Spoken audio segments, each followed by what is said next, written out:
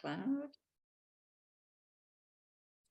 Okay, so maybe I need to.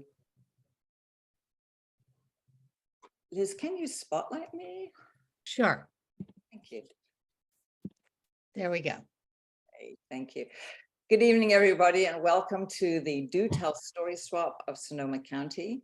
My name is Katie Mangan, and I am your host this evening, and I have some wonderful assistants in Liz Nichols and Vicki Ness, and I'm very grateful to them. I'm just going to go over sort of the format of the evening. That stories are to be told and not read, and up to 7 minutes, or if they're going to be longer, just let us know, and you could go maybe towards the end of the program. Oh, and the biggest news, of course, is we have as our guest teller, Liz Nichols, and we're just so delighted to have you with us. Thank you so much. And as Liz is the guest teller, then she has much longer to tell her stories. So we're very grateful. Thank you, Liz. Actually, Sharon will kick off the evening, and then Liz will follow her. And then we have quite a few tellers, so that's exciting. At 8 o'clock, we will take a 5-minute break. And when we come back, we have a question that we ask, and we'll introduce ourselves. And then after the question, we have announcements, and then there are more stories. So I think that's everything. Don't forget, if you are listening to a story, please mute yourself. Thank you, Vicki. Yeah. All right. So I think that's all the announcements. So I would like to introduce Sharon Elwell to the stage. Welcome, Sharon.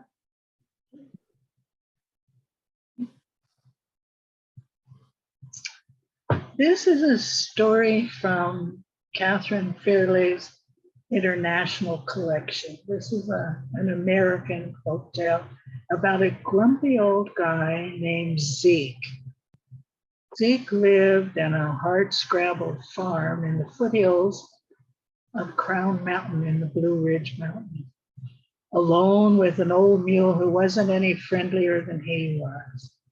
No one came to see them because no one liked them, and they didn't like anybody either. And out of sheer boredom and spite, they spent almost all their time playing dirty tricks on one another. Once Zeke was bent over the water trough, and the mule knocked him sideways to get a drink, and that made Zeke so mad that he scooped up a bucket of that icy water and poured it over the mule's head. And that made the mule so mad that he headbutted Zeke right into that water trough. And he sat there dripping like a melting icicle and cussing a blue streak. Well, the next morning, while Zeke was repairing a fence that the mule had kicked down, the sheriff came driving up with his pickup, towing a tractor. "What do you want?" said Zeke in his usual friendly way. And the sheriff said, "I come bringing news. It seems your Uncle Clem over in Clark County has up and died." "That's no surprise," said Zeke. "He must have been 90. And he went right back to his work. And the sheriff said, "Wait, there's more. Because you are his only living kin, this here tractor is yours." "Well, unhook it then and be on your way." And Zeke thought, now I can get shed of this ornery old mule. So the very next day, he dressed up, climbed over Crown Mountain with the mule, and went to the place of the widow Harley. And she said, "What are you doing here?" "I have come to make a trade. I'm ready to get shed of this old mule." And she said, "What's wrong with him?" "Ain't nothing wrong with him. He's a great animal, but I don't need him any longer. I got me a tractor. So the widow looked at him, patted him, and the mule's doing his best to look adorable. And she said, I'll give you $5 for him. Zeke said, 10. The widow said, I could go to 6. Zeke said, 9. The widow said, 7, and I'll throw in a peck of cornmeal. And Zeke said, done. So she went in the house, got the $7 and the cornmeal, and Zeke went home and he thought, now I have $7, a peck of cornmeal, and a tractor. And he got to the house and he loved that tractor. When he kicked the tires, they didn't kick back. And if he cussed and swore, tractor just kept rolling along. But as the day went on and it got close to evening, he started feeling a little lonely and a little sad. And at Widow Harley's house, the mule had never been so well treated, so comfortable and so well fed. But as the day went on and it got to be evening, he started to feel a little lonely. Nobody was abusing him or yelling at him or tricking him. And he started to feel a little sad.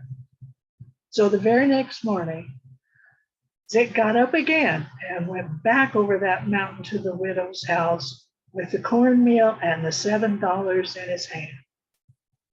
And she said, what do you want this time? And he said, I just got to thinking that a rugged old mule like that might be hard on a sweet, gentle woman like yourself. And I want you to know I'm willing to take him back. And the widow said, he ain't for sale. Well, I got your $7 and your cornmeal. Not interested. All right, what would you take for him? Your tractor. Zeke felt like a treed possum. He wiggled and squirmed, but he couldn't think of a way out. And finally he said, all right, here's your $7, here's your cornmeal, fetch me my mule. And the widow said, no. You don't get the mule till the tractor is here on my property. So Zeke went home and got the tractor and came back and said, now, fetch me my mule. And when she went in to get the mule, he leaned into the tractor, took the rotor out of the engine and put it in the pocket of his coveralls. And when the widow came out with the mule, he headed for home. And on the way, he thought, she's going to come and want me to get that tractor off her property. Well, sure enough, the next morning, the widow was at his front door. You lying, thieving, conniving old badger, she said. That tractor don't run. A deal's a deal. What do you want me to do about it? I'll tell you what I want you to do about it. I want you to get on my property and take it away. If you insist. So back over the three of them went and loaded up that tractor. And with him pulling and the mule pushing, they got it off her property and halfway up the mountain. And just as he's about to put that rotor back in the engine, the mule looked at that tractor with a jealous, hateful look in his eye. And he turned around and kicked it right over the edge and down the side of the mountain it went, parts flying everywhere, broken into pieces. Somewhere today in the foothills near Crown Mountain, there's a grumpy old buzzard and a grumpy old mule living alone together, playing tricks on each other every day. But neither one of them is lonely, and neither one of them is sad.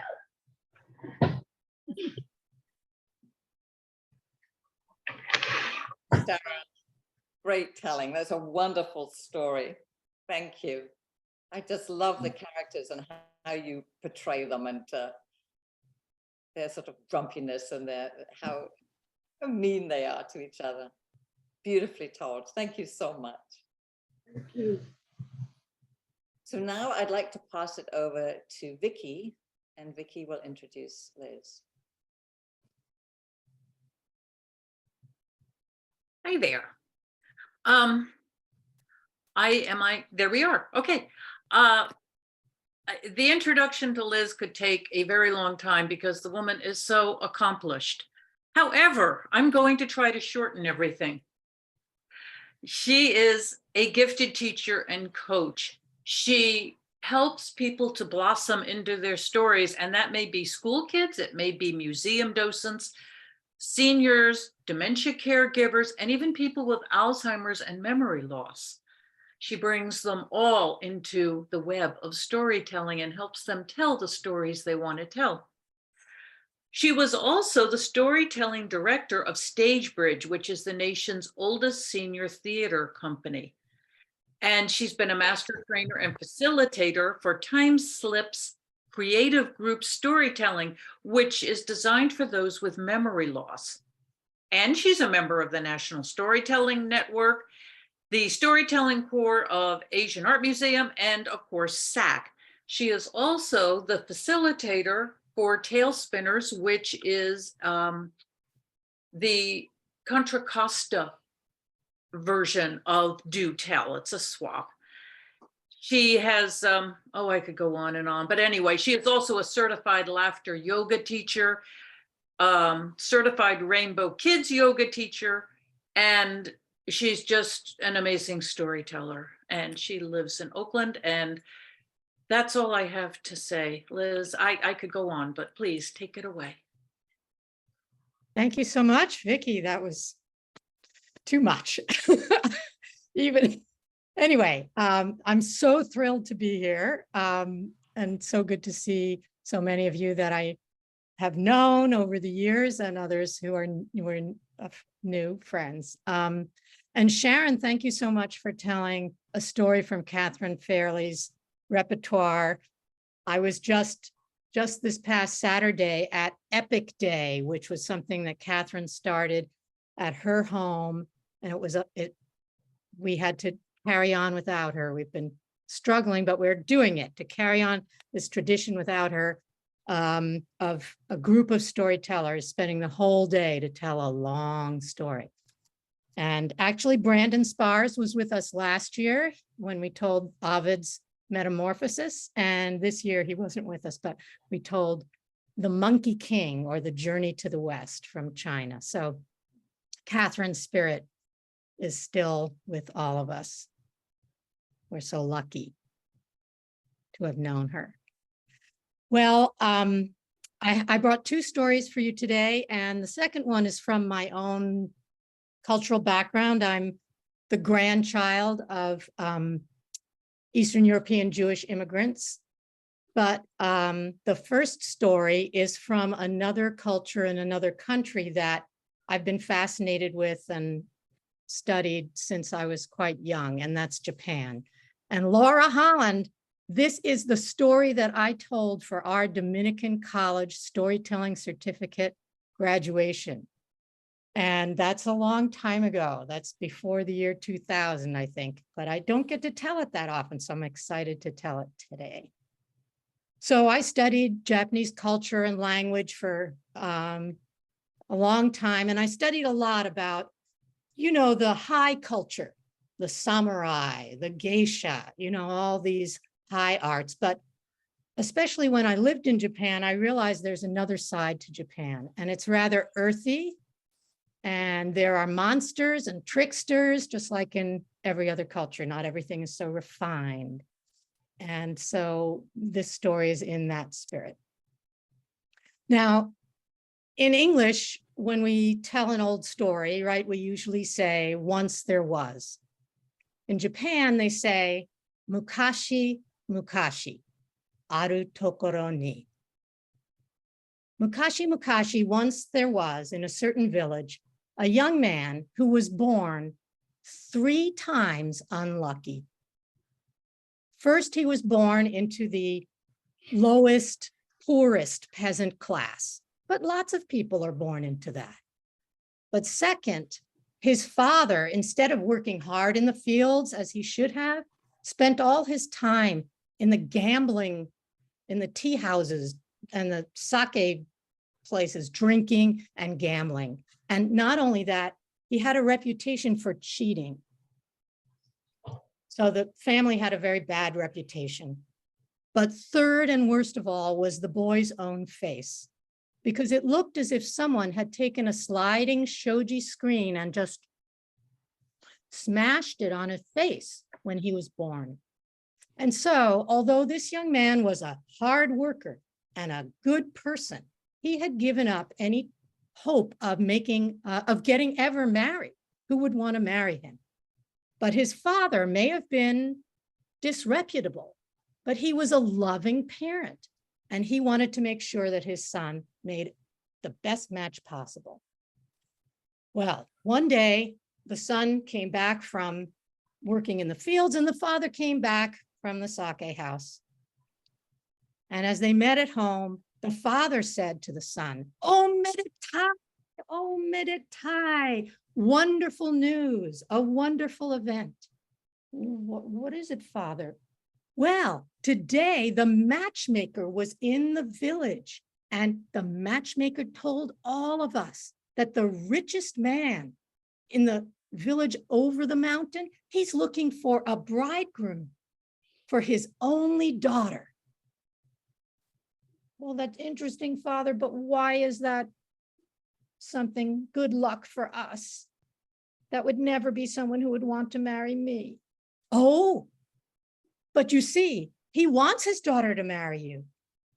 How could that be? Well, because I just told the matchmaker that my son is Nippon Ichi no Biseinen, the fairest youth in all Japan.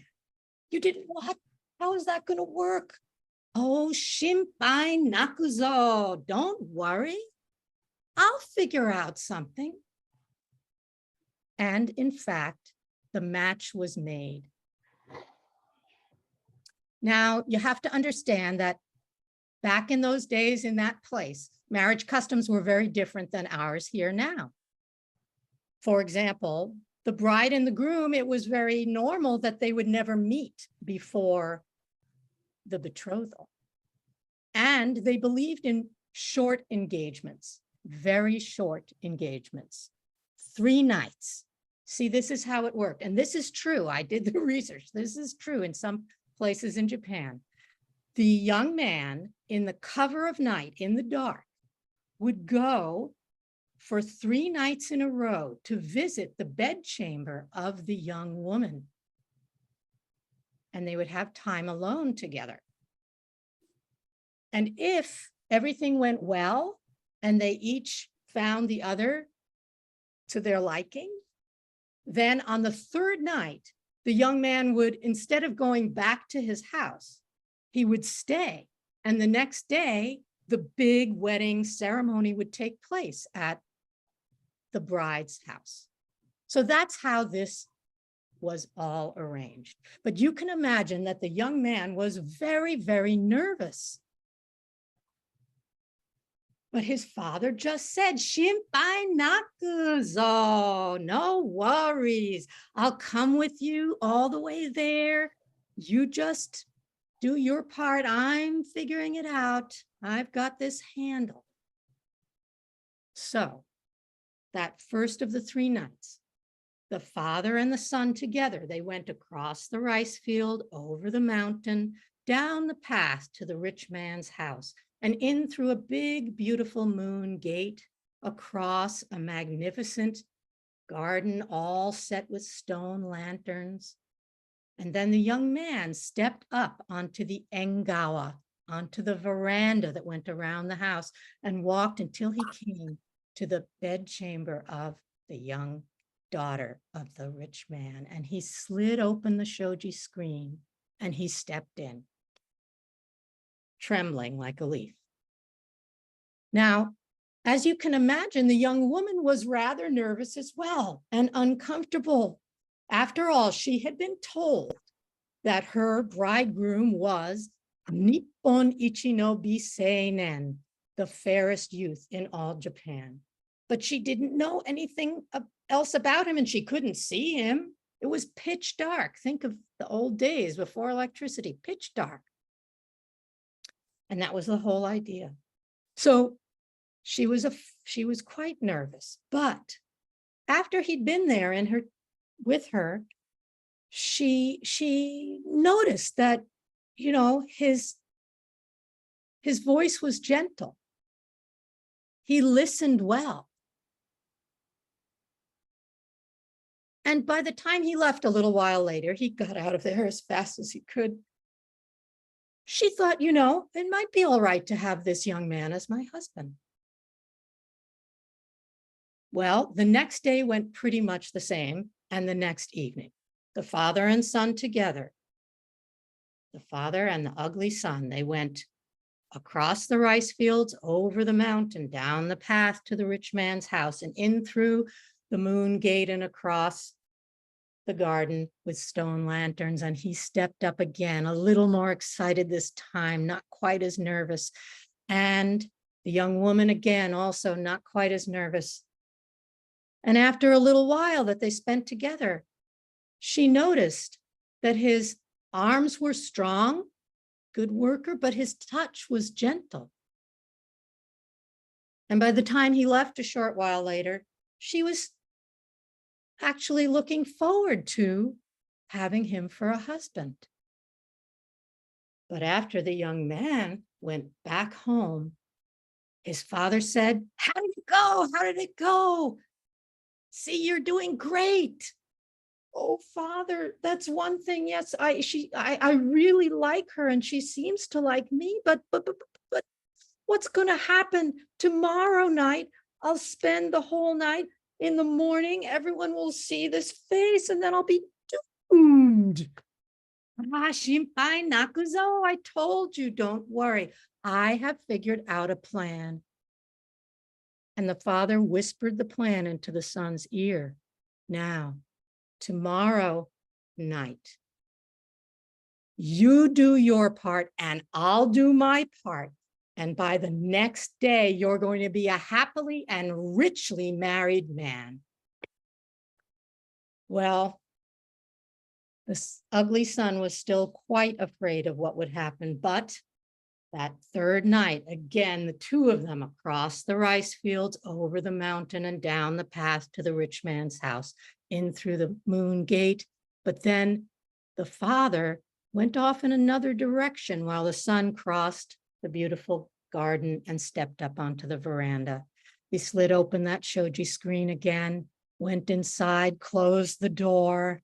And well, let me just say that by the time the young man and the young woman fell asleep, a good while later, she was very, very well content to have him as her husband. But just as they were falling asleep, something terrible happened. On the roof, there was this loud noise, and then there was a voice shouting, "Who is down there?" Now, the young man called out, "Who are you?" "I am the Oni of the mountain." "You don't look scared enough. Don't you know?" Everyone in that house knew who the Oni of the mountain was. So an Oni is a Japanese ogre. They're 3 times as big as a human being. Sometimes their skin is blue or green or red. They have fangs, they have horns on their heads and sharp claws. They wear tiger skins for clothing. And the worst thing is that they have an appetite for human flesh. And the kind of flesh they like the best, the juicy, tender, delicious flesh of a young woman. I am the Oni of the mountain, and what are you doing and who are you? Well, they call me Nippon Ichi no Biseinen, the fairest youth in all Japan. You may be so, but what are you doing sleeping with my woman? Your woman? Yes, I have had my eyes on this young woman for 3 years. I have claimed her, but tonight was the night I was going to come and actually take her. And who do I find sleeping with her but you? For this you should die. Die? Well, I didn't know anything about this. I never would have gotten engaged to her if I knew she was promised to you. Well, I suppose you're right. It's not really your fault. And you say you are the fairest youth in all Japan? Well, they say so. Well, I'll tell you what. You can have a choice. You give me your life or your looks. In other words, if you don't give me your looks, I'll take your life. And the young man says, my life or my looks? My life or my looks? Life, my looks. And as he's going back and forth like that, of course, everyone else in the household has woken up with all of this. And the rich man and his wife are listening in at their the wall of their daughter's room, and they're hearing all of this. And the rich man calls out, give that Oni your light, your looks. At least I'll have a human son-in-law. Hurry up. All right, I guess you're my father-in-law now, and I must obey. All right, Oni, take my looks. And just then, from up above on the roof, everyone in the household heard this sound.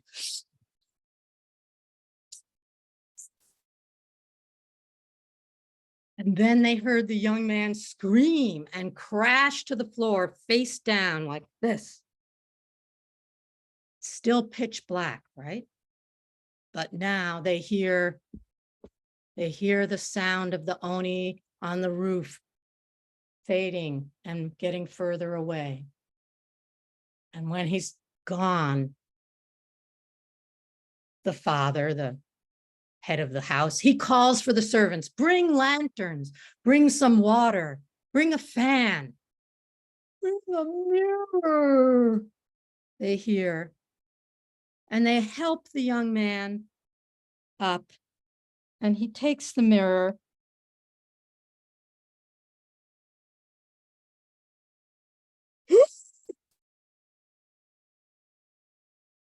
What have I done? I can't live like this. I used to be the fairest youth in all Japan. And to think, none of you ever even saw me the way I used to be. Well, the rich man and his wife were so grateful to the gambler's son for saving their daughter and their whole family from this terrible fate that they decided, as a special present to the new bride and groom after the wedding ceremony, and they promised to build them a big, beautiful house in a location a little bit further away from the Oni's mountain, where they would have all the space they needed and everything they needed. And in fact, in that house, they both lived very well contented for the rest of their days. That's the story called The Ugly Son.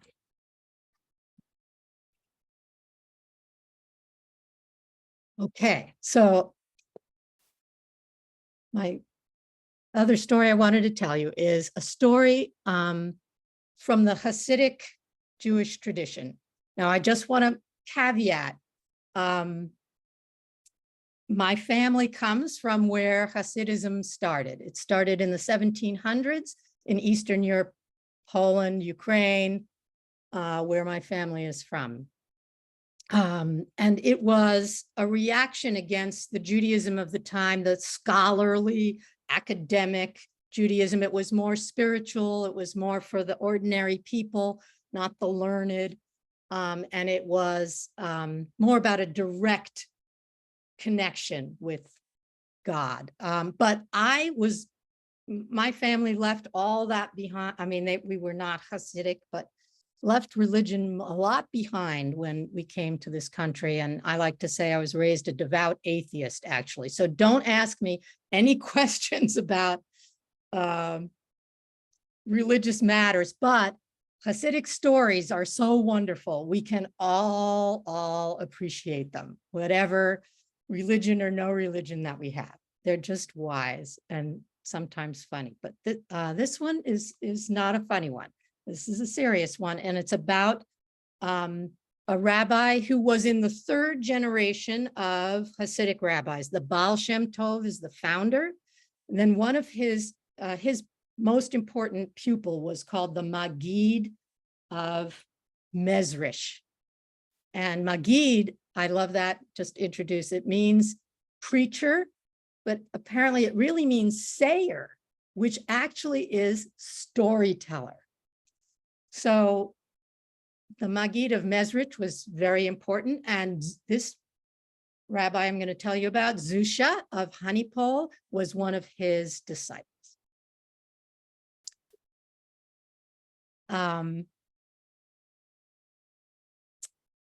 So Zusha he hid his learnedness. He had learnedness, but he hid it under a very simple exterior. Some stories say that his parents were rich, some say they were poor, but all the stories say that whenever they got anything, money or anything, they very generously immediately shared it, gave it away. So he was brought up like this, very simple. He also, well, here's a story about him, about the Maggid, his teacher. There was a man who came to the Maggid and said, Maggid, I need help.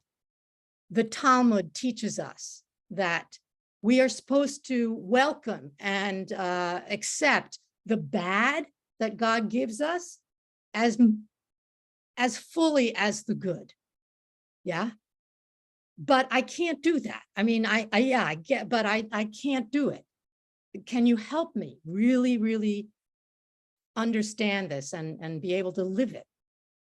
And the Maggid said to the man, I can't help you with this. For this, you must go visit Zusha of Hanipol. Go ask him your question and see what he says. So the man set off, and it wasn't easy to find Zusha because he lived this very poor life. He was constantly shifting houses, moving around. And finally he found him. And he was shocked, though, to see just how much of a hovel Zusha was living in. This house was, rain was pouring through holes in the roof and wind was blowing through holes in the walls, and there was almost nothing to eat in the house, and the kids' clothes were rags. But Zusha was just happy and welcomed him in and invited him to share what he had.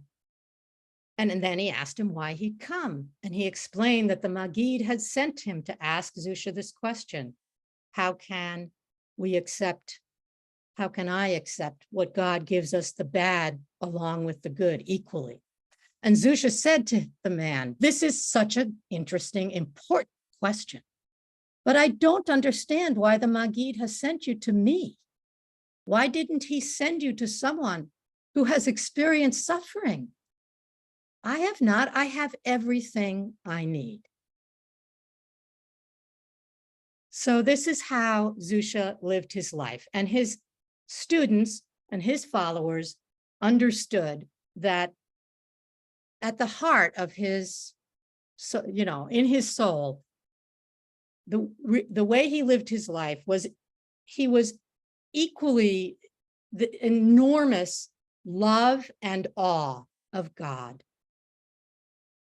And so when Zusha was an old man and on his deathbed, these followers came to be with him, and they noticed that he was crying. He was weeping uncontrollably.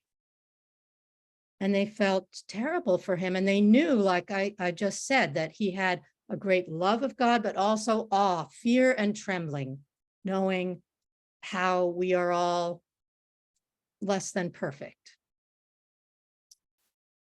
And so they went to comfort him. And they held his hand and they said, Master, don't be afraid.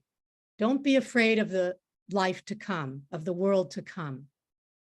Don't be afraid of that judgment. After all, you, of all the people we know, you are practically as wise as Moses.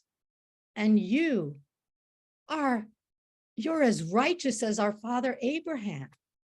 So you have nothing to worry about, nothing to fear. Please, Master. And he replied to them, do you think that I'm worried? That when I meet my maker and when I go to the world beyond, they're going to ask me, Zusha, why weren't you even more like Moses? Do you think I'll have to answer the question, Zusha, why weren't you even more like Father Abraham? No, no, no, that's not what worries me. What worries me is how will I answer the question, Zusha, why weren't you more like Zusha?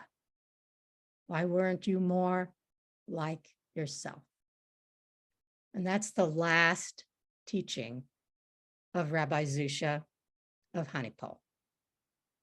Thanks for listening.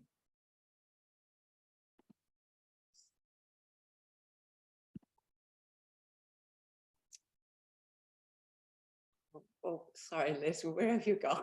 Oh, I can It's spotlight me as well. what a Okay, shift. I'll get me back. I'll get me back. Oh, Okay, thank you. here we go. Oh my goodness, such beautiful stories. Thank you for Welcome. sharing them, and just you tell them so well. And I so loved how you move from Japanese to English, and how you repeat the words. So 4 years of college Japanese. I got to get something out of it. oh, no, it's so good. And I was reading your website, and I was just so delighted with this. At the age of 10, you said you got lost in the folklore and mythology section of the museum, and you really haven't found your way out yet. Yeah, the public library down the street. I think that is just so stunning, and I just wish that I could get lost in a library. Well, I don't know because you about are others a on this library. call. I mean, lots of people tell wonderful personal stories and I love hearing them. And so when I was a kid, when I was 10, all the other girls were reading like Nancy Drew and the Bobbsey twins, or the boys were reading, who were they? The Hardy Boys, right? But somehow I didn't see myself in those books, and I couldn't connect with them. I don't know why. And then a librarian pointed me to, oh, but those were series, right? Like that was so cool. The friends would be like, oh, I just read this one. Have you read this one? Have you read this one?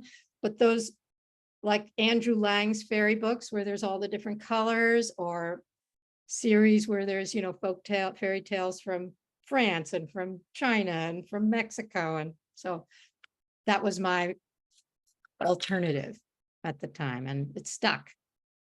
Well, I'm so pleased. We are all so pleased and delighted that it stuck, and that you share your stories with us. Thank you so much. Wonderful. Okay, so let's go to our next teller, and that is Bev. So Bev, let me find. Thank you.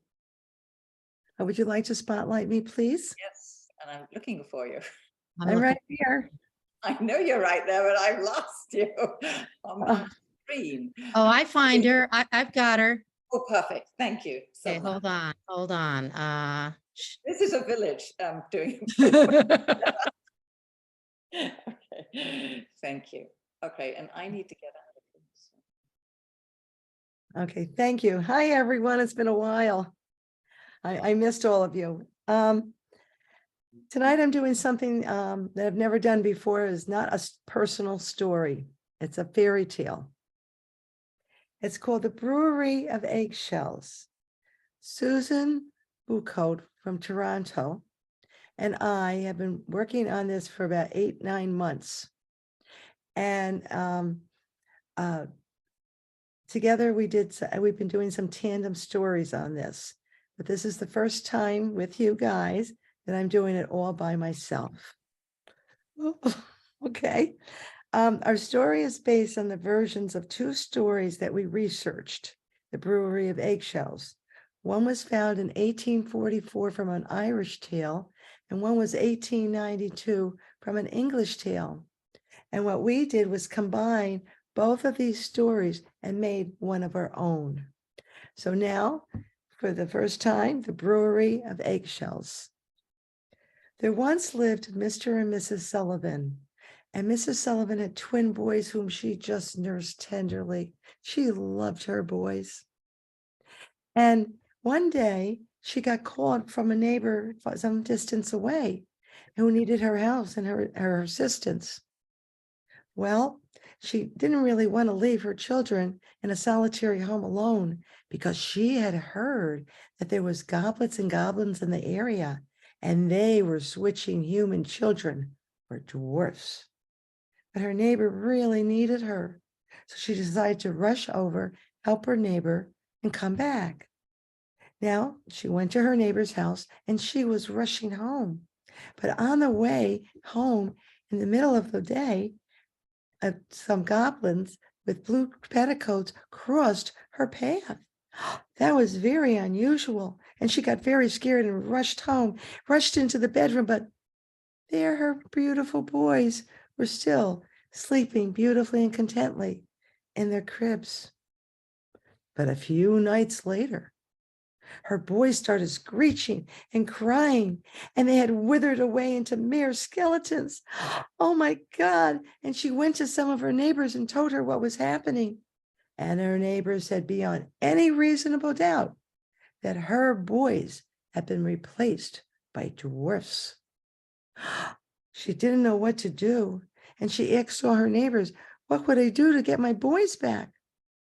Now, the neighbor said to her, you'll have to hurt them to get them back. And she didn't have it in her heart to hurt them because they resembled her own boys so much. She was in tears every time they tried to tell her what to do. One neighbor said, you take them and burn them on the hot griddle. Another one said, you take 2 red hot tongs and burn their noses off. And then another said, if it's snow outside, you throw them in the snow and you leave them there. But she couldn't in her heart do it because they looked so much like her own boys.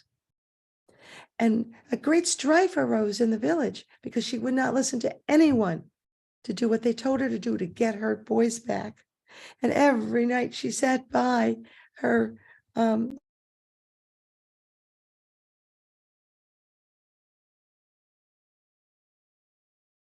you hear me now? She said, how can I get my boys back? Then one night she had an idea. I will go visit the old wise woman of the village. Her name is Ellen Leah. She will know what to do and advise me of how to get my boys back. And the next morning, as the sun rose, Ellen ran down to Ellen Leah's house, knocked as hard as she could, and Ellen opened the door and said, oh, Mrs. Sullivan, what's wrong? You look like you're in grief. Well, I am in grief, and I have good reason, for my own boys were whipped out of their cradles without even asking or telling me, and they were replaced by 2 ugly dwarfs. So yes, I am in grief this morning. Okay. Are you sure that they were replaced by dwarfs? Yes, I am sure. Well, will you take the advice of an old wise woman? Oh, yes, I will do anything you ask me. I just want my boys back. Okay, listen carefully. When the day of the reap comes, you take the shell of a hen's egg and you scoop out the shell and make some porridge and pour it in. Put it on the fireplace and wait till it boils.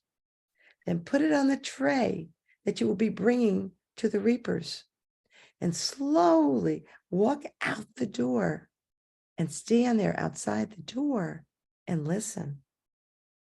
If you hear those two speak to each other in their cradles, beyond the understanding of children, you are to take them and throw them in the river. But if you do not hear them talk, do no injury to them. So the day of the reap came.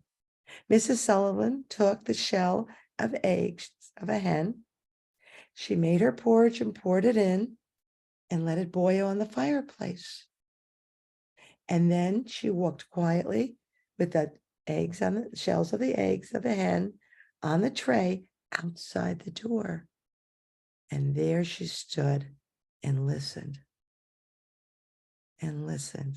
And then all of a sudden, she heard them talk. Acorn before oak, I knew, an egg before a hen, but I've never heard of an eggshell brew, a dinner for healthy men, for harvest men. She had heard them speak. She dropped the tray. It crashed. She ran back and she grabbed those two dwarfs out of the crib and she hauled them to her chest and she ran to the nearest river and she threw them in.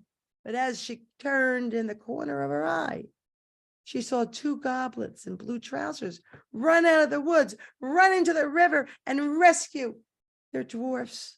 And she continued running into her house as fast as she could. And she looked into the cradle as she entered the bedroom. And there, in the two cribs, were her two sons sleeping silently and quietly in their cribs. They had been returned, and she picked them up and she nursed them tenderly. Thank you.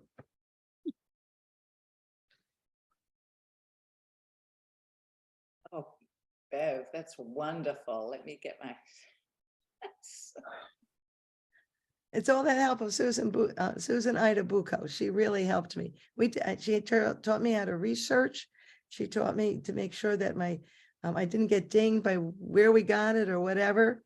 And yeah, I owe everything to her. Well, no, you taught it so well, so beautifully, with such great emotion, and so impressive, Bev. Thank you so much. It was just lovely. Right. I was out of my comfort zone. Oh, no, no, you're in your comfort zone. Really, kudos to you. Excellent. Thank you. So let's see. Next, Laura, would you want to go next, and then we will take a break, a short break? Would that sound good to you? Sure, sure. Okay, so let us find you. Here we go.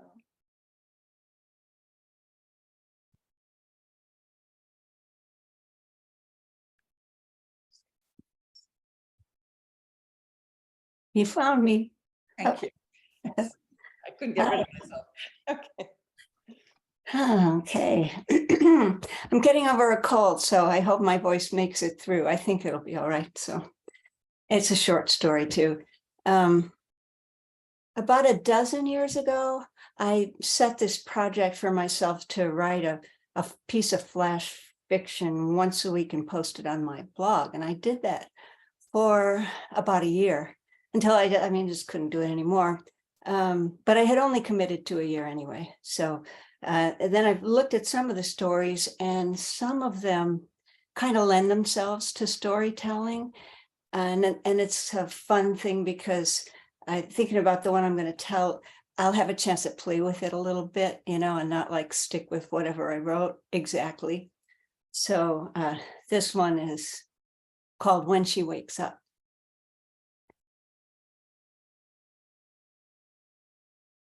My niece, Emma, she's a little different. Now, it all began when she was 12 years old and a family rafting trip turned tragic. Her mother, father, and brother all drowned, and she was found hours later downstream, bloody, battered, bewildered, but still breathing. And when she came to live with me a little while after that, all she could talk about was how some Bigfoot creature had plunged into the river and saved her. Now, I did my best to disabuse her of that idea. I told her that, it's one thing to tell a story around a campfire about Bigfoot sightings or story swaps, but only crackpots actually believe they're real. But Emma just wouldn't take my word for that, or on much of anything else for that matter. So we got along more or less, with her ignoring most of what I advised. And then, when it came time for her to graduate, she had good grades. I urged her to go to college. It was a sensible thing to do. But she wouldn't have anything to do with that. And she went to live way up in Humboldt County, way deep in the redwoods. And since then, I've hardly ever heard from her. So I was really excited when she called last week and said she was going to come visit. Would that be okay? And I said, of course, of course. And then she said she and her boyfriend had had a baby. And she, was going to bring the baby. Well, I didn't even know she had a boyfriend, let alone a baby. But of course, that was fine with me. I said, yes, come on. And then she said, well, her boyfriend couldn't come because it was dangerous for him to leave the redwoods. Now, I didn't know what to make of that, but I didn't want to question her. I didn't want to put her off because I really wanted to see her and this new baby. So I was so excited when they arrived today. She came in the door and she had that baby all wrapped up. Even the baby's face was covered with the flap of the blanket. Sound asleep the baby was. And Emma said, well, she was tired too, so she was just going to go up to her childhood room and take a nap. I said, that's fine. And then she said, now, if the baby stirs or cries out or anything, don't worry, just leave the baby alone. Everything will be fine. Just don't interfere. Don't interfere, she says. All right. She's the mother. I'll, hands off, whatever she says. I agree. So she went up to her room and they fell asleep. And I set about making some spaghetti sauce, which is her favorite meal. She loves spaghetti. And then I heard some, fussing upstairs, but it wasn't too bad. And I knew I wasn't supposed to go up there. So I, got that sauce going and I cleaned up the kitchen a little, and then there, the sounds grew louder and louder and louder. And pretty soon that baby was just crying so loud, and it was like really getting to me, I went outside to pull weeds to, get my mind off it. But those sounds of the baby were getting so loud, they came outside and I just couldn't escape. So finally I said, I just have to go up. Maybe the baby fell on the floor. Maybe that's what caused all this. And I'll just go up there and put the baby back and everything will be fine. So I went upstairs very quietly. I didn't want to wake Emma up. I went into the room. The baby wasn't on the floor. The baby was just wiggling and screaming and carrying on. It was horrible. But I thought, well, all I need to do is lift the baby up and rock her. And that's what she needs. So I did. And I rocked her. It didn't work. That baby was just carrying on. It was just like going through me. It was just terrible. And I looked down at her and I thought, well, no wonder she's upset. That blanket flap is covering her face. I mean, she can't even breathe. I'd be upset too if I was wrapped in a blanket like that. So I just took that flap and I lifted it up. And there was no more crying or wiggling. But there was no more body, no face, nothing. The blanket just held silence. So I bundled it up and threw it on the bed and I ran down here. Oh gosh. Now, Emma is odd. I've always accepted that. This goes way beyond anything I could have ever imagined. And what am I going to do when she wakes up?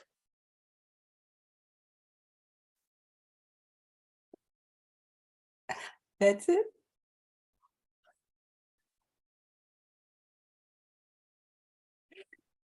Oh my goodness. That was just off the charts. Oh, Laura. And you have so much emotion and, you know, you just bring us all in. I mean, it was like we were all just sitting around, you know, in your house, just listening to you. And I'm going to think about this forever. This is really going to bother me too. Do You you can see how folklore influenced me in that, you know. So do you have an Leave me answer for alone. that? Of what? Or you just make up your own answer, or? Well, I think I just go with the first idea that comes to me, especially when I put pressure on myself. You know, you've got to do one a week. And so I would sit down on Sunday and I would just, okay, here's an idea and I'll go with it, you know. And that's I think a good thing to do. Just dispense with all this like worrying about what you're going to write and where it's going to go. Just like start and then shape it. I don't know. And then just finish like you did. Yeah. It's just wonderful. Thank you so much. You just have such great storytelling gifts. It's just a pleasure to have you here. Thank you, Laura. Thank you. So now let's take a break for about 5 minutes. So let's come back at just a little after 8:05, and then we shall introduce ourselves and we'll have the question, and then we'll have some Meg will announcements, and then we have some more stories to listen to. So I'll see you in about 5 or 6 minutes. Thanks. We're not gonna check. Oh, sorry. Sorry, what did you want to say, Jen? Okay. I got my answer. Oh, okay. Welcome back from the break. So what we do now is introduce ourselves, and we have a question of the month. And the question is, what is your favorite summertime song? And so I'm going to start. And my name is Katie Mangan, and I come from Santa Rosa. And my favorite summertime song is The Summertime Blues by Eddie Cochran. And I heard it this is going back, when I was about 12 or 13, and I was just beginning to move into my teenage years, and I just loved it. And so I Googled it and I listened to him sing it again and got the same feeling, and it was just awesome. So that's my favorite summertime song. So I'm going to pass it over to Liz. And To me, okay. Well, the first thing I thought of was Under the Boardwalk, but actually I never related to that, and it didn't relate to my life. But I'm not sure if this is a summertime song, but the thing that really came to me is Up on the Roof. You know, if this whole world starts getting you down, because I was a Carole King fan, I still am, and James Taylor sang it, and turns out Laura Nero sang it. If any of you are Laura Nero fans, Yeah. they got to see her in the Fillmore East when I was in high school. So that's my favorite. Thank you. Elisheva. I think my favorite one is Up the Lazy River. I don't know who sang it or anything, but I can remember, when I love that feeling of just riding along. Thank Can you. can you repeat the name of the song? I don't know what it is. That is the name of the song. I just didn't hear it. I'm sorry. Up the lazy river. Thank you. Viv, can you introduce yourself and tell us your favorite song, summertime song? You did. Viv, can you unmute? Please. Can you hear me now? Yes. I didn't hear you say that. The Beach Boys songs, and I like it. I like all of them. I like us better now that I'm older. I go, little old lady from Pasadena, driving in my car. And I drive pretty fast. I don't drive slow. So people tease me about that. Any of the Beach Boys songs reminds me of summer and the ocean, and I'm going to Cape Cod and Long Island and Maine and all that stuff on the ocean. Thank you. Meg, what is your favorite summertime song? I think songs are so evocative. They take you right back to where you were at a certain point in your life. And for me, it was 1968. I was working up near Window Rock, Arizona, and the place that I worked for had a cafe, and we had a jukebox, and they were playing Angel of the Morning just over and over. And whenever I hear that, I always just go back to that summer when I was sitting there and drinking iced tea in that little cafe and plugging those quarters into that jukebox and hearing that song. So that's mine. Thank you. Kenneth, can you unmute and tell us your favorite summertime song, please? Kenneth? Where is Kenneth? He's there. I didn't quite hear who you called out. Oh, okay. I'm sorry. Okay. Kenneth. Kenneth Foster. Okay. I'm in Utah now. The first thing that came to my mind was all the Beach Boys songs when you brought it up. My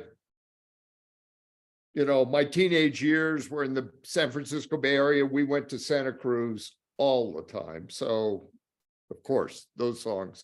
And then on the rooftop, Liz brought up. So basically, those songs are my summer songs.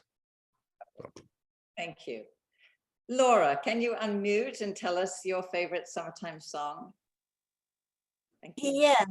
When I was 18, I got involved with a much older man who was really manipulative and dominated me. And it took me like 5 years to finally get away from him. And in the meantime, we got married and poof. So anyway, finally I left him, and it was summertime, and I got a boyfriend who was really hot, and he had sparkly blue eyes and long hair, and he rode a motorcycle. He lived in a farmhouse with a whole bunch of other people, and it was like this wonderful time. And we always listened to the Allman Brothers, and particularly I loved Jessica, the one that's all instrumental. And whenever I hear that, I just start bouncing around. I'm like right back there, and I'm like euphoric. So that's like my favorite. Thank you. Yeah. Gerda, would you like to unmute and tell us your favorite summertime song? I have no such thing really. I loved all the Beatles. We played all the Beatles songs all the time, but that's about it. I wouldn't know particular one. Okay, thank you. So Vina, and can you unmute and tell us your favorite song? Yes, let's see. I'm unmuted. Yeah. Well, I just immediately thought of It's Summertime and the living is easy. But I can't tell you who the artist is. I can't tell you who was singing it. Anyway, that's a gorgeous summertime song. John, tell us your favorite song. They're all my favorite. Oh, sorry. Oh, I was asking John Brayfogle. Just Oh, hold on one second. Where are we? Did John, you a song? do you have a special song? No, not a special song. I think somebody mentioned the Beatles. Okay. That's So you what I'll like, have played at my funeral. So thank you. Mm. Thank you, John Christian. Sorry, two Johns, I think. Just got, his name on there, but I didn't. yeah. So what is your favorite summertime song? Well, what came to mind was Summer in the City by the Lovin' Spoonful. And that was when I was a teenager. I lived in Hawaii, and it was, it was a hot place to live, but it was beautiful. And that song was really popular at the time. And I actually got to see them once when I went to Hollywood. So they were one of my favorite groups. Nice, thank you. Vicky, can you unmute? I think my favorite song, my all-time favorite, is Grazing in the Grass with Hugh Masekela. And it's 1968. And my best friend got her brother's car for the whole summer. And we just drove around screaming and hollering and doing all kinds of things. And we thought we were cooler than ice. I mean, that song is just, can you dig it? Yeah, we can. And we'd go to the shore a lot, the Jersey Shore. And so Under the Boardwalk is number 2. Mhm. Great, thank you. Genevieve, your favorite summertime song? Well, some of them have already been called out. Oye Como Va in University Times. But when I was from 8th grade to high school, that summer was a big summer. Just you change so much. You're about to enter a completely different world. And I used to take a bus to learn typing at the public high school, which was exciting.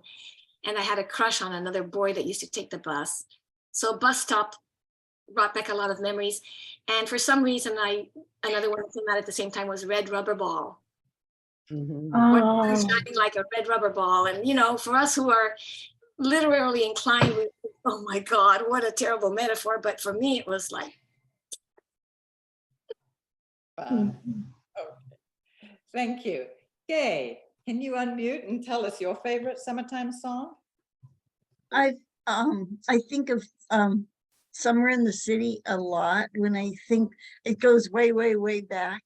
And it just has lots of associations for me as I was growing up because it was really, really popular, as John was saying, but it was really important. That was a good one. Thank you. Thank you. Beth, your favorite song? Boy, I love this trip down memory lane. It's absolutely fabulous. Thank you. I guess I'm going to add a different song, thinking about road trips.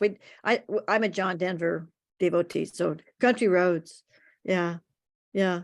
We would sing that, I think, once, even when I was a little older, we sang it all the way. We were singing John Denver from Canada back to Davis. Great. Sorry, I'm just going to admit Deb. Sharon. Oh, and I have to give Meg Brown. This is Meg's question, and it's absolutely brilliant. Awesome, thanks, Meg. So Sharon, your favorite summertime song, please. Well, I thought I knew, and then I've heard all these, and then I think, oh yeah. But and I like the musical ones. I like June is Busting Out All Over and all of those. But really, I'm with John and Gay. I like that because I was in Sacramento at the time, and it was so hot, and you couldn't go out until evening to play tennis or ride your bike. Hot damn summer in the city. It just, that's the big one. Thank you. Alicia, can you unmute and tell us your favorite song? Well, at first I drew a total blank, but thanks to everyone else, I have to jump in with the Beach Boys and the Beatles and Summertime. And I think it was George Gershwin that wrote what was the name of it? I forgot. This summertime song. And then, of course, you know, then y'all got me going down memory lane too. Growing up in San Diego, going to the beach, La Jolla, surfing and all that. And then going to the Newport Pop Festival. So I got to put in Jefferson Airplane, their songs, and then living in Hawaii. So play Hawaiian music instantly puts me into a summery mood. Lovely. Thank you. Thanks. So Deb, I just admitted you and I don't see you on the screen. So if you want to. Oh, hi. I'm going to think about that because I love music. I'm going to think what's my favorite summertime because it's a beautiful time right now. And thanks. I'm just dropped in to listen. And sorry I came in so late, but No, yeah. It's lovely to have you. Thank you for joining us. Joy, are you here? I don't see your picture, but if you're still with us from Tahoe. Nope, she's gone. Okay. So I'm going to hand it over now to Meg, who's going to give us the announcements. Wait a minute. I've got to get rid of myself, I think. Okay. Hi, everyone. Sorry about this. That's okay. It's a spotlight for everyone. But we just want. There we are. There you go. Meg. Okay. Hey, that was a lot of fun, guys. Thank you. I just, you know, it's summertime, right? Although it doesn't feel exactly like summertime, but we have a lot of stuff coming up, a lot of good storytelling this summer, and so much of it is in person, so you can really go out there and see people and give them your appreciation. And so the first I'm going to start out with Sierra Storytelling Festival. That's July 7th and 8th up in Nevada City at the North Columbia Schoolhouse.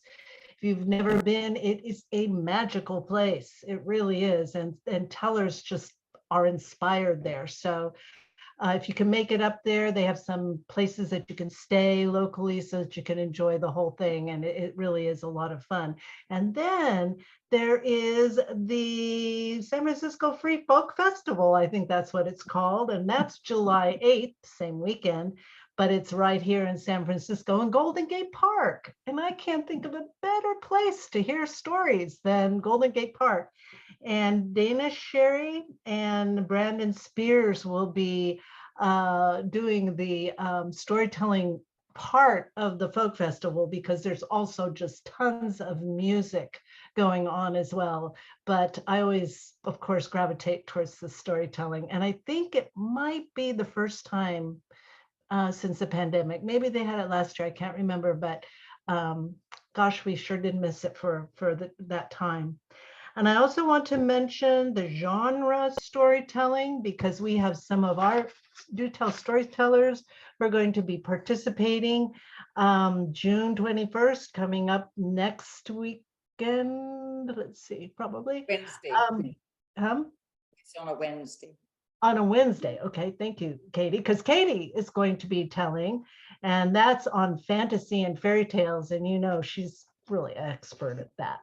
And then Sharon will be telling in August, and those are personal stories.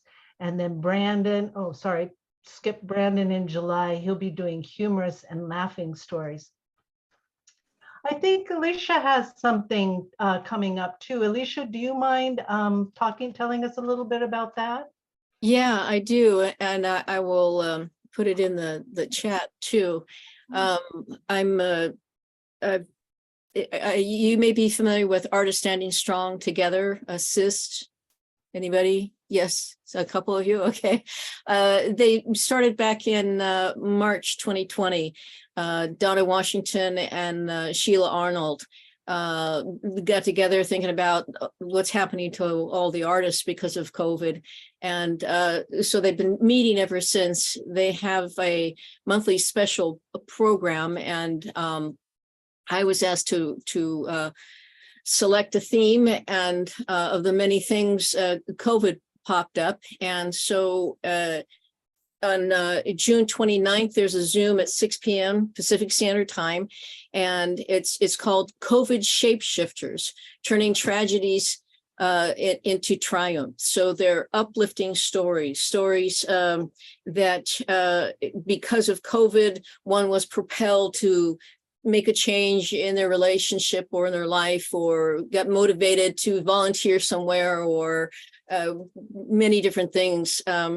So I now have, and I'll be emceeing, my first time emceeing, so that'll be interesting for me. But so I now have 8 tellers.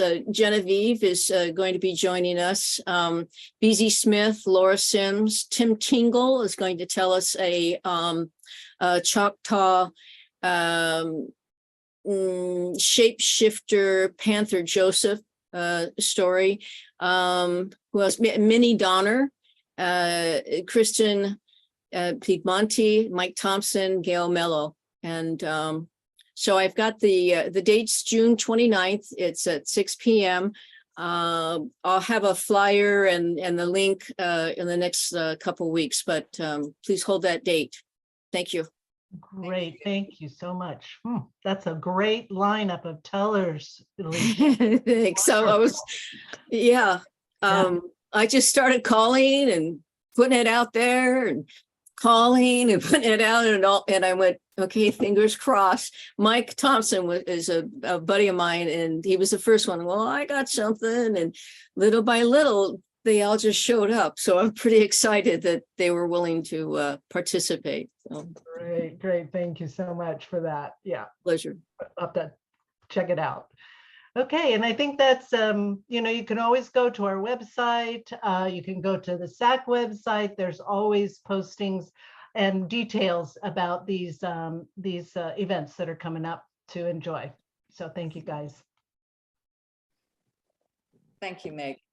Vicky, did you want to add anything, or you good? Actually, I was just going to mention our website, Do Tell website, and there is an article by Meg in there, and you might want to read it, and I will put the link in, but don't click on it until after the swap, because magically Brandon's voice comes up and you're like trying to turn the voice down while you're listening to the storytelling, and it gets a little, so do it after the swap. But that is the link. And there's all kinds of news, and including an article from Meg about listening. And I want to say that Irma Spars has been doing a beautiful job with that website. I have to tell you guys, visit it, and Vicky has her story still posted up there about her game, which is wonderful, great to play with your family, your friends, everybody. It's a party game. Come on, guys. So check that out too, the website. But mostly I just want to say thanks to Irma, because she has made my life a lot easier and our website much better. So great partnership there.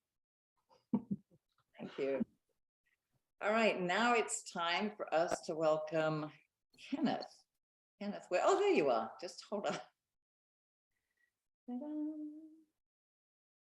There you go. Welcome, Kenneth.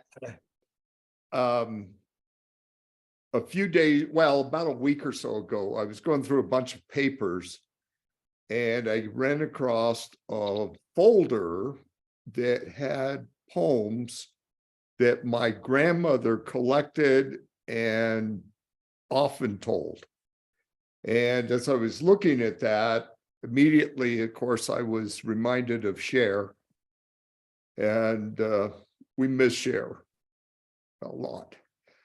And I came across a 1-minute poem that my grandmother used to recite often, especially when I was really young. And I think because the poem sort of reminded my grandmother of my attire, and you'll get that in the poem. So here we go. It's a short poem. 2 ladies gay met a boy one day. His legs briar scratched. His clothes were blue, but for a nut brown hue that marked the place where his pants were patched. Why don't you patch with a color to match? They chuckled. The boy turned rose red and bashfully said, that ain't no patch, that's me. And I think it reminded my grandmother of me because growing up in my early days in Albuquerque, there were a lot of barbed wire fences. And my jeans were always torn. And of course, they're torn on the backside. And I just, anyway, share that poem with you. And it's great to hear the stories, to see this is going on. I just, thank you. You're welcome. Thank you, Kenneth. Very much. Kenneth started the, oh gosh, I'm trying to find a spotlight. Okay, sorry. Kenneth Foster and Elaine Stanley. Elaine can't be with us tonight, but they started the Do Tell Story Swap. I don't know, was it 13 years ago or more? Oh, you're mute. Yeah, unmute. 2010, September 2010. So anyway. I keep telling you I'm going to do this and I keep forgetting. I need to go through and find some of the original pictures that we had from the early days of that swap. And I'll look for that and send them to somebody. I don't, maybe to Meg. Yeah, I have that one of a whole group of people in your garage, and it's really very, very sweet to see everybody. So I'll send that to you again, Kenneth, because I think I sent it to you already. But yes, any pictures, that would be lovely to go kind of a way back memory thing. Thank you. Thank you. Yeah. It may already be a feature, but perhaps there's a history feature on our website. I know I saw something somewhere, but that might be nice to put in. Elaine should be here, but she's on a vacation up in Canada with family right now. She told me. Having fun. Well, thank you all. So next up is Vicki Ness. Welcome, Vicki.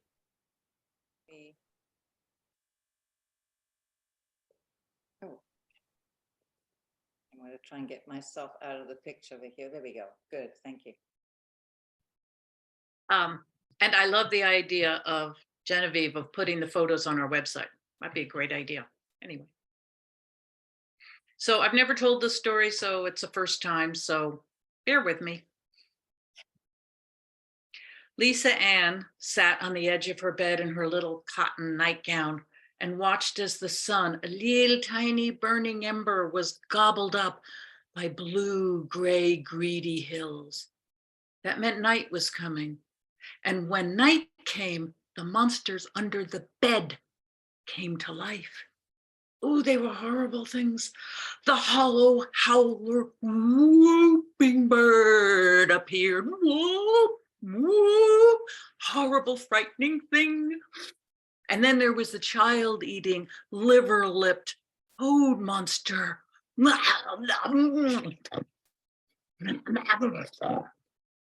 Oh, you disgusting. Oof. And then there was the spindle snout weasel wart who came up, poking up like a gopher out of a garden bed with terrible things to say. You're ugly. Or you're stupid. Or the worst, nobody likes you. Oh, they were horrible monsters. And they lived under the bed, and they only came out when it was dark. And as she sat there on the edge of the bed, she could see the darkness pooling up in the corners and slowly seeping up the walls like a ream of menacing mold. Oh, the darkness was coming in the room. So she curled up in bed and pulled up her blankets and waited for her daddy to come in, who told her a story every night. And he'd sit in a circle of light and he'd flip through the story, and his face as warm as a blanket and a teddy bear hug all at once. And he'd tell her these wonderful stories. And then he'd close the book. And as he did every night, he'd get down on his hands and knees and look under the bed. And then he'd pop up again. And he'd say, no monsters there tonight. They must be on vacation. Not a monster to be seen under there. Nope. And then as he bent over to kiss her on the forehead and tuck her in, he'd say every night, now don't you let your imagination run away with you, young lady. And then he blinked out the light. And Lisa Ann would hold on to her blankets and watch as the warmth of the hall light was extinguished by a shutting door. Now they had left a night light plugged into the baseboard, you see, and told her, if you get scared, you just look at that. See, you have light. But what they didn't realize is that a tiny light down on the floor caused every beloved object in the room to broadcast darkness larger than life.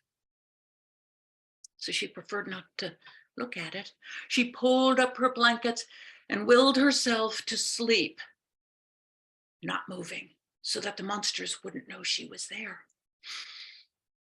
1,000, 2 1,000, 3 1,000, 4 1,000, 5 1,000, 6 1,000, 7. Well, about 2 o'clock in the morning, she woke up with that soggy, seasick swaying that children in earthquake country recognize right away. And even in her sleepiness, she could tell it was a big one. So her feet felt for the slippers and she grabbed her little throw blanket and ran into the hallway to be with her family. And they held each other and they held their breath and waited. And the whole house rolled and creaked and cracked and groaned like an old ship in a maelstrom sea. And a picture fell off a wall in the living room, and something broke in the kitchen. And then the rolling stopped, and they filed out into the backyard. It was the darkest night Lisa Ann had ever seen. There was no street lights, and there were no lights in the houses, so the houses just looked like black cardboard cutouts against an indigo sky. There wasn't even a moon. You could see nothing. It was all darkness. But she was with her family and they were older and they didn't know what to do. So she looked at her older brother and he had the family emergency flashlight, which was sputtering just a watery, pale straw-colored light. And he was banging on it, going, I put new batteries in it. I put new batteries in it. The Boy Scout was squeaking. She'd never heard her brother squeak before. And she looked at her mama, her sensible mama, her face lit up from below, looking into her cell phone. I can't get a signal. I can't get a signal. And her face lit up like a ghost, disembodied, drifted off into the darkness. I still can't get a signal. I still can't get a signal. Off into the darkest corners of the yard, the ghost face floated. But Daddy was there, warm, cuddly, soft Daddy. And he was swiping his phone, trying to find the app with the flashlight, and he got it, and flash, all of a sudden, his warm teddy bear face revealed itself as stone, anger, frightened. I'm gonna get the car keys. And into the house he went. And she could see him through the window. She could see that Arctic white laser light ricocheting almost hysterically around the room. So she retreated to her favorite place, which was the picnic table in the middle of the yard. She climbed up and sat on top of the table and wrapped the blanket around her. And that's when she looked up and she saw, in the absence of the moon, you see, there were stars, some of them splattering ruby red, some of them twinkling topaz, and diamonds and diamonds and diamonds, billions of them, Oh, they had been there for bazillions of years, long before she was even born.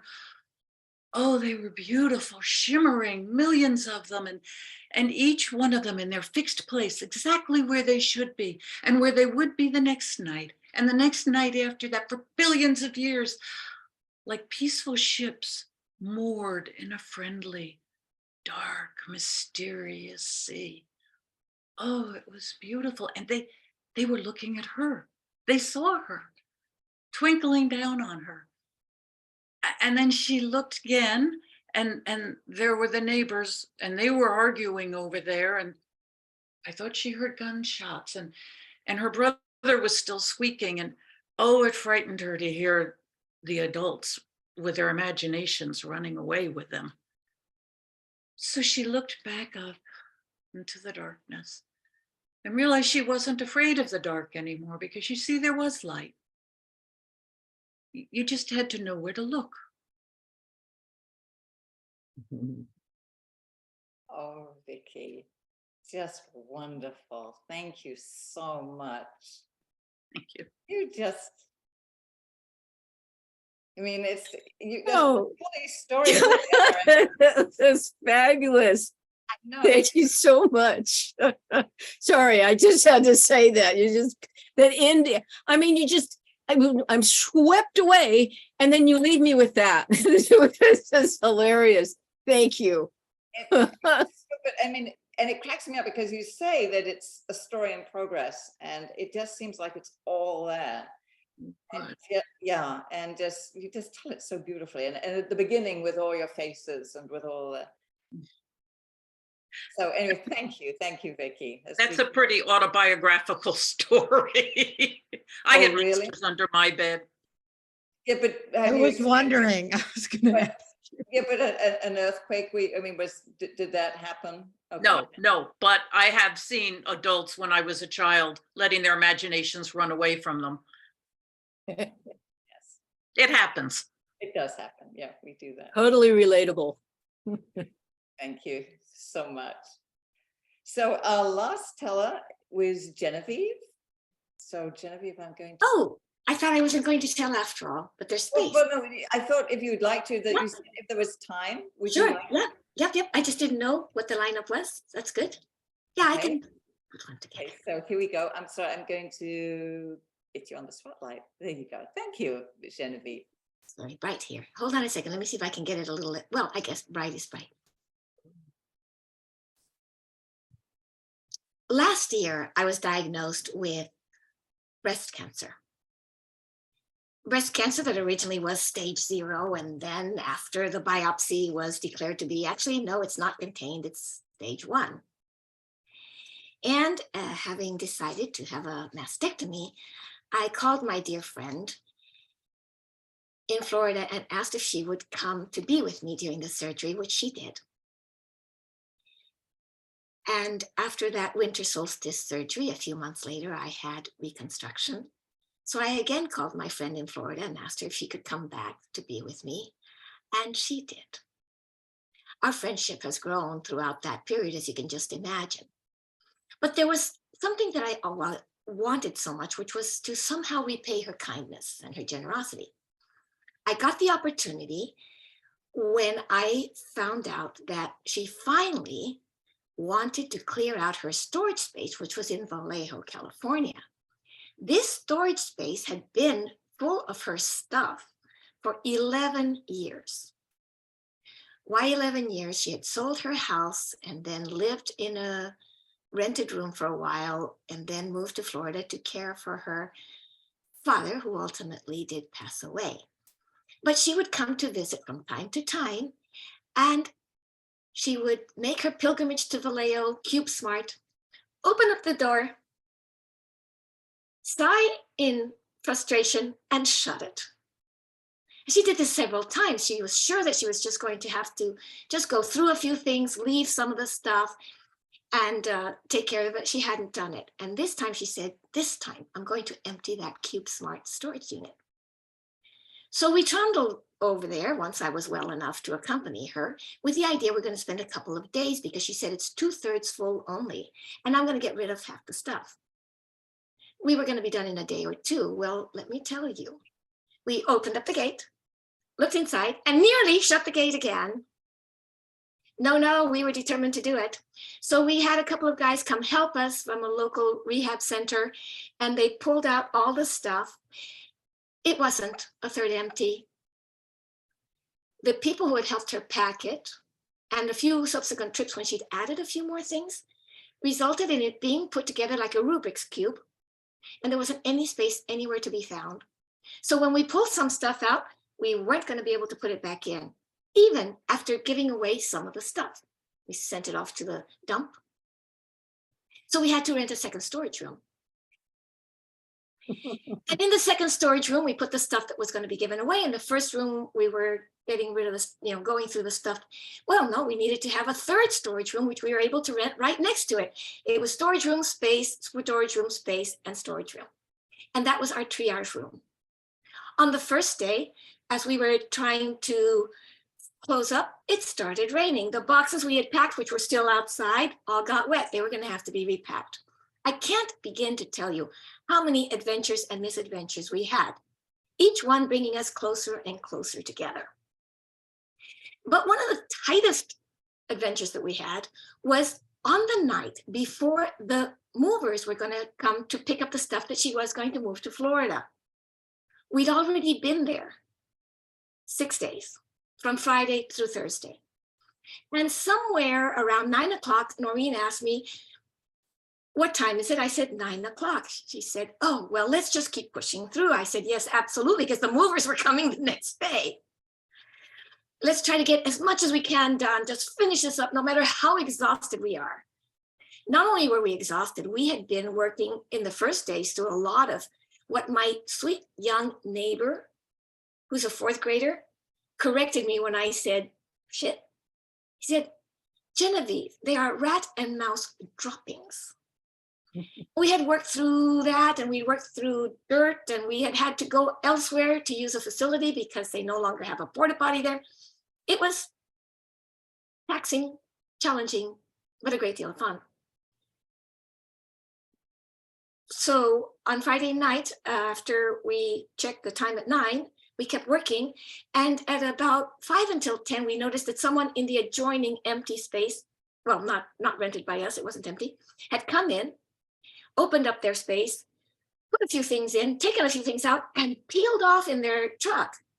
I thought, wow, that's really kind of weird. Why did they peel off so fast?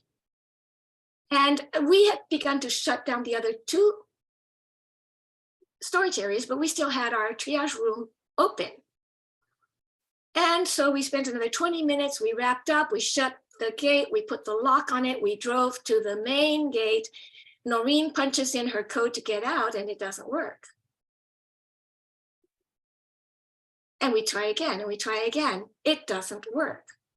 So there's a big sign on the gate that said, "In case of emergency, call this emergency CubeSmart number." We called the CubeSmart number. It was the corporate number. If you'd like to rent a storage unit, call this. If you'd like to make a payment, call this. There was absolutely no way to get through to emergency. Now, we had been told that morning that 2 days before, there had been a break-in to CubeSmart in the middle of the night. And this was the middle of the night. Noreen realized that when those people came at 5 till 10, it was because even though the sign in the front says access available from 7 a.m. to 10 p.m., I assumed that didn't mean that egress was not going to be available. There is no getting out of a storage facility after 10 p.m. We were locked in. We began to panic, especially given the fact that there had been a break-in earlier. So we called the office. Of course, nobody picked up at the office. We left a message. Now, we were a little bit hesitant to leave a message because the people at the office were nice women and a nice guy, but they thought we were a bunch of crazy old ladies. But we left a message hoping maybe someone will pick up at midnight. They didn't.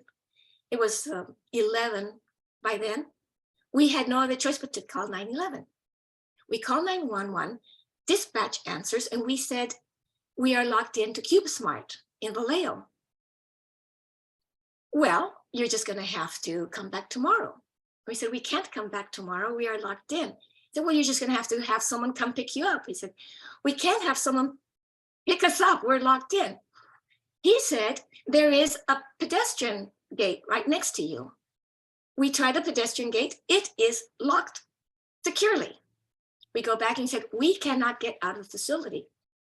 And we are frightened. He said, oh yes, Vallejo is a dangerous place to be, isn't it? This is dispatch. So at that point, we thought it suitable to tell them we are two 70-year-old women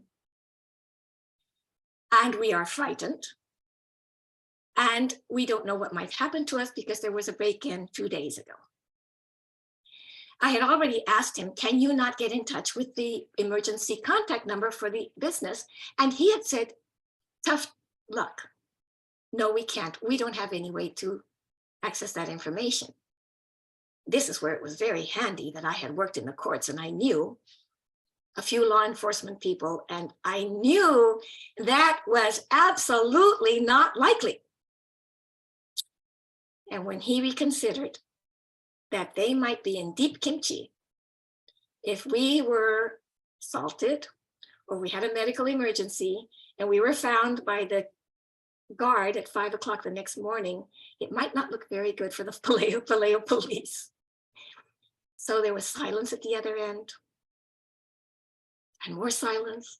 And I said, are you going to be able to help us? He said, I'm doing what I can, ma'am. And he said, get a piece of paper and a pen, write down this number, *6519, whatever it was, pound. It's a one-time access code.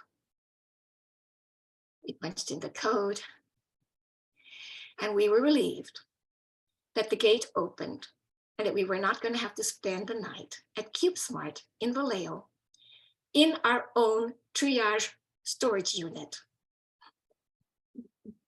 The next day, we checked in with the office.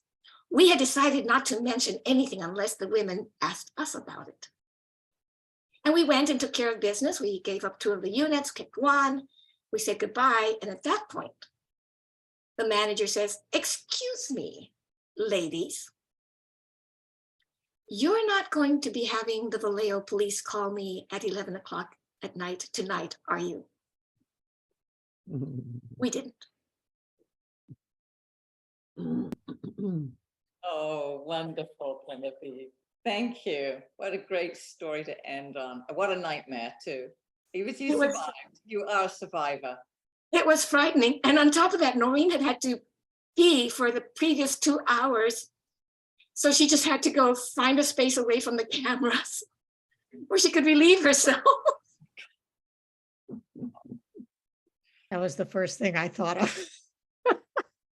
Oh, so I just want to thank you all for such a rich and wonderful evening.